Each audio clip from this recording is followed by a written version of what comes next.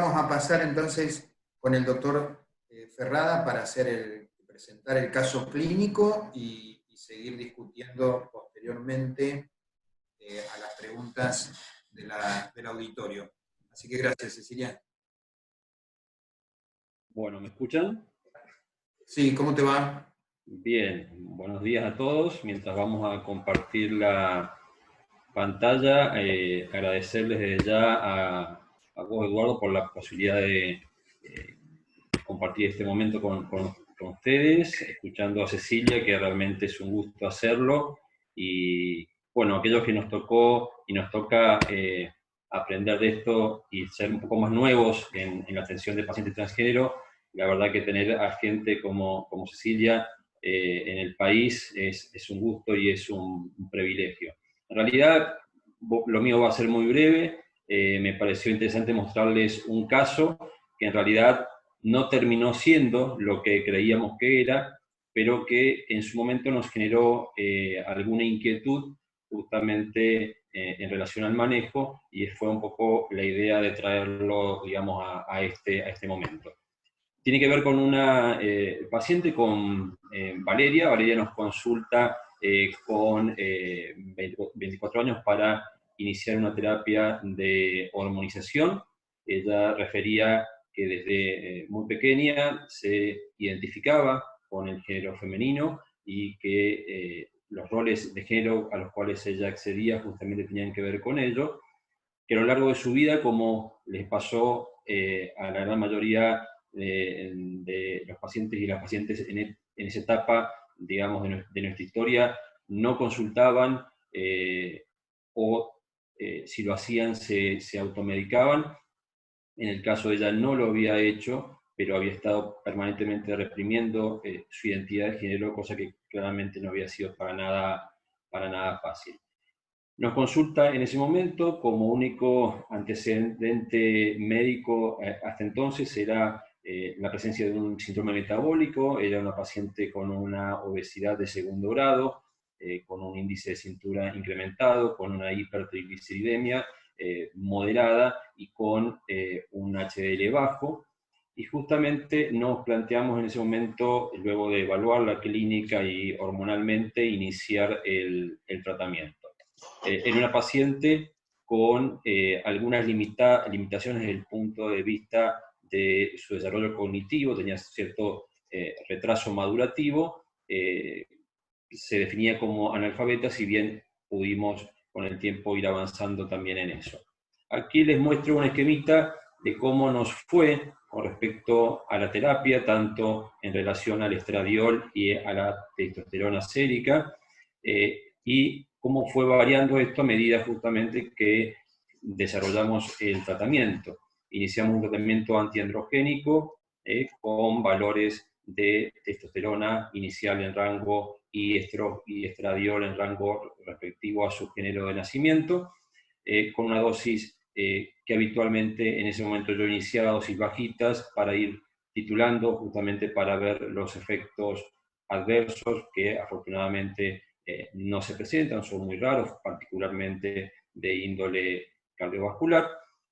En ese momento la paciente en realidad con 50 miligramos al día de espironolactona interrumpe el tratamiento por su propia decisión. Consulta un tiempo después refiriéndome que esa interrupción se basaba en que había notado una mayor caída del cabello, si quieren después podemos comentar algo al respecto, y que eso no era algo que le gustaba. Entonces vino a la consulta luego de haber hecho la interrupción de la espironolactona y con algunos meses de separación con respecto a esa consulta. Un poco le tratamos de explicarle el porqué de la cosa y cómo nos podíamos manejar, y decidimos iniciar tratamiento con cicloterona. Como ven ustedes ahí, iniciamos una dosis de 50 y accedimos hasta 100 miligramos por día de cicloterona. Hasta entonces todavía no habíamos iniciado un tratamiento con estrógenos, cosa que hicimos hacia fines de noviembre del 2018, y por disponibilidad en la farmacia rotamos nuevamente a espironolactona. En este momento hubo tolerancia y hubo adherencia por parte de la paciente para recibirla, 100 miligramos de espironolactona junto con 2 miligramos por día de 17 beta estradiol vía oral. El tema es que se comunican conmigo justamente de otro de los hospitales públicos aquí de Mendoza, porque la paciente había ingresado a ese nosocomio, donde había sido intervenida quirúrgicamente por una peritonitis de origen apendicular, y en el post quirúrgico inmediato había presentado, en base a un reposo obligatorio propio de este procedimiento, un cuadro de una insuficiencia respiratoria aguda que había sido interpretado inicialmente con la posibilidad de un tromboembolismo pulmonar.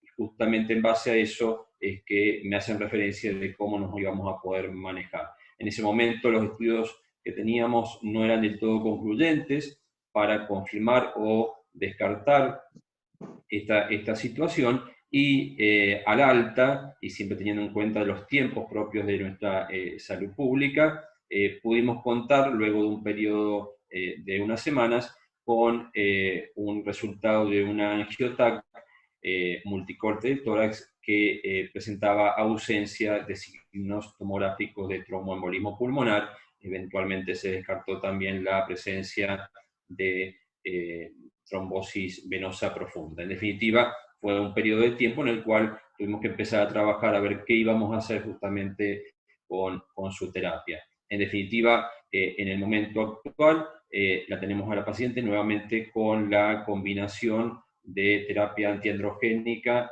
y estrógenos en una dosis también por ahora de 2 miligramos, con lo cual clínicamente no ha manifestado ningún tipo de complicaciones, y tampoco y estamos en vías de ir, digamos, logrando de alguna forma los cambios buscados al respecto.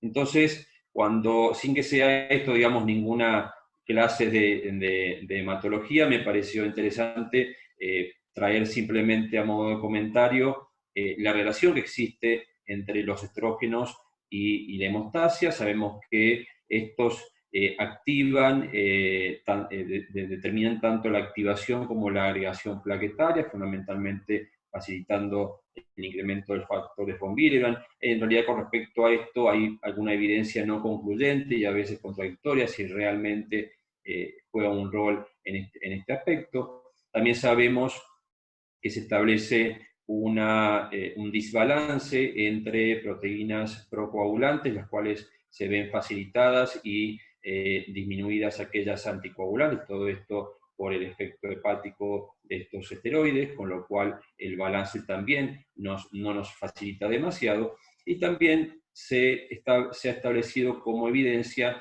un aumento de la fibrinólisis a partir de disminución del PAI-1, aunque esto en general no tendería a estabilizar el efecto de los dos primeros puntos, con lo cual el efecto neto global de los estrógenos en relación a la hemostasia y la trombosis es un efecto de tipo protrombótico. Y en relación a eso, y ya simplemente para comentar un poquito lo que Cecilia mostró previamente, cuando nosotros nos enfrentamos a un paciente transgénero en relación a su terapia hormonal, nos encontramos con condiciones de riesgo o condiciones que pueden ser empeoradas justamente con la terapia hormonal, y justamente dentro del tratamiento de mujeres transgénero es la enfermedad tromboembólica la que presentaría eventualmente valores, digamos, de mayor riesgo de presentarse. Y en relación a eso, un par de comentarios, a ver que los estrógenos orales parecen tener efectos, como ya vimos recién en la mujer cis, similares en la mujer trans, y que estos tendrían justamente o determinarían la elevación de citoquinas proinflamatorias, procoagulantes, interleucina 1, interleucina 6, interleucina 8, factor de necrosis tumoral alfa también. No así este efecto eventualmente con estrógenos de aplicación transdérmica, donde esto no se observaría. Existen distintas evidencias en la literatura. Les traigo nada más para comentarles un trabajo multicéntrico desarrollado por un grupo de Estados Unidos, comandados por el doctor Keitan y publicado hace ya un par de años en un Annals of Internal Medicine, el cual comparó casi 3.000 mujeres trans con respecto a 50.000 varones y 50.000 mujeres cis, y la intención justamente de esta comparación fue ver cómo les iba en relación a la presencia de tromboembolismo venoso, de infarto agudo de miocardio y de accidente cerebrovascular de tipo isquémico. Y en definitiva lo que vieron era que si observábamos lo que ocurría al segundo año de iniciada la terapéutica, el riesgo, y ajustado esto con respecto a varones cis de presentar un tromboembolismo venoso, se cuadruplicaba con respecto a la población de referencia y casi en un valor similar, ligeramente menor, si lo comparábamos con la mujer cis. Pero mucho más esto se veía, y de alguna forma con respecto a una incidencia acumulada, cuando lo veíamos al octavo año de tratamiento, llegando a esto multiplicarse por 4 veces el riesgo de presentar este tipo de dificultades. Fíjense ustedes que mayor riesgo a medida que aumentaba el tiempo de exposición a los fármacos, poco distinto a lo que en general uno ve, por ejemplo, en una terapia de reemplazo hormonal en la transición menopáusica, donde el riesgo es mayor inicialmente y disminuye posteriormente. Con respecto al accidente cerebrovascular, también comparado a 6 años, llegaba a 10 veces mayor en el caso de varones cis, ligeramente menor en varones trans, y en esta corte en particular la diferencia con respecto a la población cis en relación a infarto agudo de miocardio realmente no mostró diferencias. Y simplemente para ir terminando nada más en esta breve presentación, que uno debería plantearse o qué cosas tenemos hoy dentro de toda la incertidumbre que también surge en muchos de los escenarios que hemos nombrado, que se han mostrado con respecto a la conducta. En general, no existe evidencia actual que nos ponga en la necesidad de hacer un cribado de trombofilias en los y las pacientes trans que van a ser sometidas a una terapia esteroidea, y si estas se encuentran, por supuesto, asintomáticas. Tampoco habría una evidencia favorable del uso profiláctico de ácido acetilsalicílico y menos aún anticoagulación, y ahí surgen también inquietudes con respecto al inicio de terapia hormonal cruzada en una mujer trans que tiene el antecedente de un evento trombótico. Realmente es un desafío este punto, y tengamos en cuenta que, y esto lo marcan varios autores, que uno debería siempre considerar, y esto lo remarcamos, el fuerte deseo de la paciente de hormonizarse. En particular, Valeria, cuando yo le comento la posibilidad de que viéramos dificultada la terapia en el futuro, me planteó: doctor, mire, esto es muy simple, o me hormoniza usted o me hormonizo yo, porque no pienso hacer ningún cambio al respecto. Entonces, eso también tengámoslo en mente. Parecería ser claramente que en este caso la primera elección estaría dada por el uso de estrógenos transdérmicos, que sabemos que tienen un efecto trombótico mucho menor, y en la menor dosis posible para lograr efectos clínicos y bioquímicos deseados. Y con respecto, para finalizar, a la anticoagulación, en realidad existe una evidencia limitada de esquemas de anticoagulación diferentes, digamos, en esta población. Uno podría extrapolar aquellos resultados obtenidos en mujeres cis que han presentado algún evento tromboembólico y que deben eventualmente mantener una terapia, y uno podría plantear que si desarrollamos una terapia de anticoagulación en forma prolongada, el riesgo de recurrencia de un nuevo evento realmente es muy bajo, y también eventualmente deberíamos considerar la no suspensión de la misma, por lo menos actualmente, si tenemos en cuenta la evidencia con la cual contamos, y si no existe, por supuesto, ninguna contraindicación para mantener la anticoagulación en forma prolongada. Bien, eso era un poco lo que les quería presentar, comentar nada más, y bueno, si hay alguna duda, alguna pregunta, y desde ya gracias a todos por estar, y a vos, Eduardo, también. Gracias, Pablo, por la presentación del caso. Interesante. Hay una pregunta del doctor Martino Chandorena. Dice que ¿por qué se decidió al inicio el uso de antiandrógenos solamente en esta paciente y no el uso de estrógenos también? Sí, mira, con respecto a eso, hay alguna evidencia de que uno podría, inclusive en mujeres trans, con un nivel basal inicial, y eso, si Cecilia después también lo querés comentar, un nivel basal inicial de testosterona sérica en un rango bajo, poder iniciar la terapia solamente con estrógenos y mantener la terapia solamente con estrógenos. Sí, Cecilia. No, me parece que la pregunta apuntó a no usar estrógenos de entrada. Hay algunos estudios, hay alguna evidencia, hay alguna bibliografía que muestra que en algunos centros en el mundo se iniciaban antes las terapias con antiandrógenos solos, o bien con análogos del gen adultos, ¿no? Y se hacían 6 meses de antiandrógeno y después se empezaba con la hormonización. Y en realidad hoy ya hay bastante evidencia de que esto incluso puede ser peligroso para el hueso, porque uno lo está teniendo, sobre todo con ciproterona, que baja los niveles de andrógenos a niveles muy bajos, obviamente también con el análogo, y después, si no hacen el catch-up de hueso, pueden incluso persistir con alguna deficiencia de calcio. Me parece que a eso apuntó la pregunta.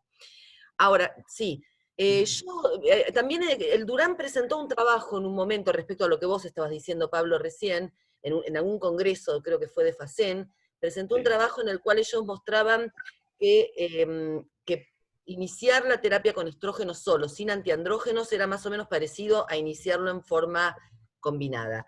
La verdad que yo particularmente creo que lo mejor es el tratamiento combinado, y desde el primer día el mejor tratamiento combinado. ¿Por qué?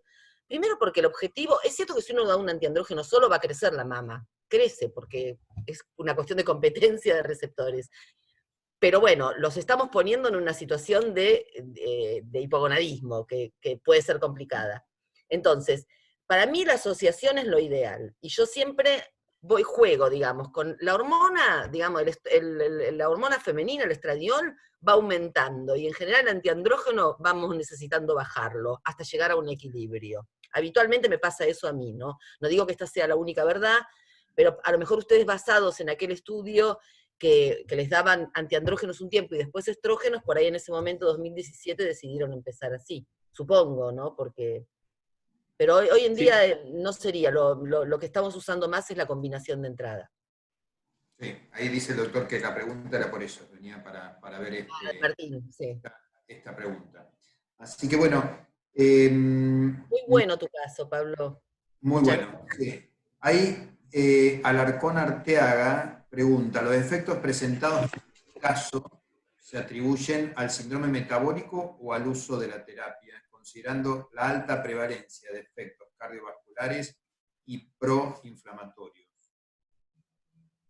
Sí, bueno, afortunadamente en este caso terminamos de alguna forma no considerando un evento tromboembólico real, digamos, pero claramente esta paciente era una paciente que, en virtud a sus condiciones metabólicas, no es de las que más nos gusta que esté bajo tratamiento estrogénico.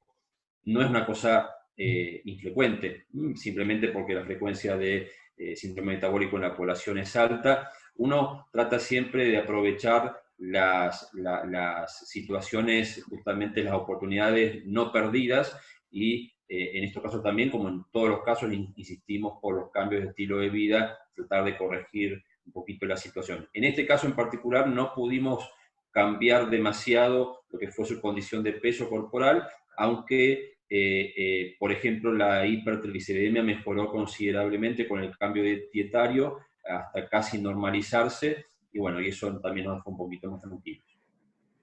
No, yo quería agregar que yo les aconsejo que la pasen a gel a esta chica. Con ese índice de Bien, masa corporal, yo en general me manejo con gel.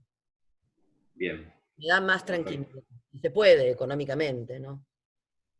Y es una Sí, manera de ponerle una zanahoria también, que si baja de peso, a lo mejor podemos pasar al oral, porque es joven, claro, pero tiene mucho sobrepeso. claro, está bueno. Y acá otra pregunta apuntando al tema, Gaby Poudes pone, en consultantes con obesidad es más difícil el tratamiento hormonal, ¿verdad? Nada.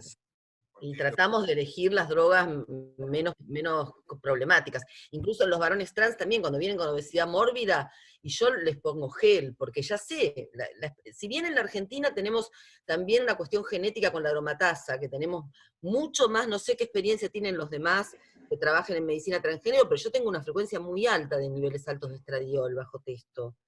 sí. Alta, alta, que no es igual que la publicada. Es diferente a la publicada, pero supongo que tiene que ver mucho con la parte genética nuestra. Pero también en los obesos, estos tienen más actividad de aromatasa. Entonces ahí les explico toda esta cuestión y trato de usar gel en dosis más bajas, mientras tanto está la zanahoria, van a la nutricionista, ayuda mucho a los cambios del estilo de vida. muy bien. Buenísimo. Bueno, la verdad que ha sido un tema muy, muy interesante. Hubo por momentos 150 participantes, 150 vía YouTube, así que el tema ha sido convocante. Ahora, por un lado, yo en lo personal le quiero agradecer a ustedes dos y le doy la palabra al doctor Lutfi para que haga el cierre de este workshop. Así que Rubén, tenés la palabra. Gracias a ustedes. Bueno, nada más que agradecerles a todos que hayan participado y quiero hacer una salvedad a lo que dijo Cecilia sobre el primer simposio que hicimos allá por el año 2013. Es una muy pequeña anécdota y por qué la importancia de la endocrinología en los pacientes con transgénero. En ese 2013 nos vino a visitar en la Sociedad de Buenos Aires alguien que se llamaba Mónica Romero. ¿Puede ser, Cilia? ¿Mónica Romero Marcela Romero. o Susana Romero? Romero y Jean Franco. Marcela Romero. Era la presidenta de una asociación diciendo que querían visibilizar un poco toda su problemática La presidenta de y la que Asociación de Travestis. nosotros era la última alternativa, porque las habían literalmente echado de otras sociedades científicas en relaciones. Bueno, Hugo Quete en ese centro era el presidente de SAEM, y yo era su vicepresidente, y dijo, ocupate del caso, que vos decidas, se va a hacer. Hicimos un simposio que tuvo 400 personas, en donde participé Cilia, Patricia Martín del Hospital Ramón Mejía y Jorge Valle del PAN. Y ahí es donde empezamos a concientizar a los endocrinólogos, porque tal cual contaba Cecilia, en ese momento los pacientes eran muy rechazados, inclusive con nuestros propios colegas. Por eso el avance que hemos tenido desde el 2013 ahora ha sido importantísimo, y comprometo a vos,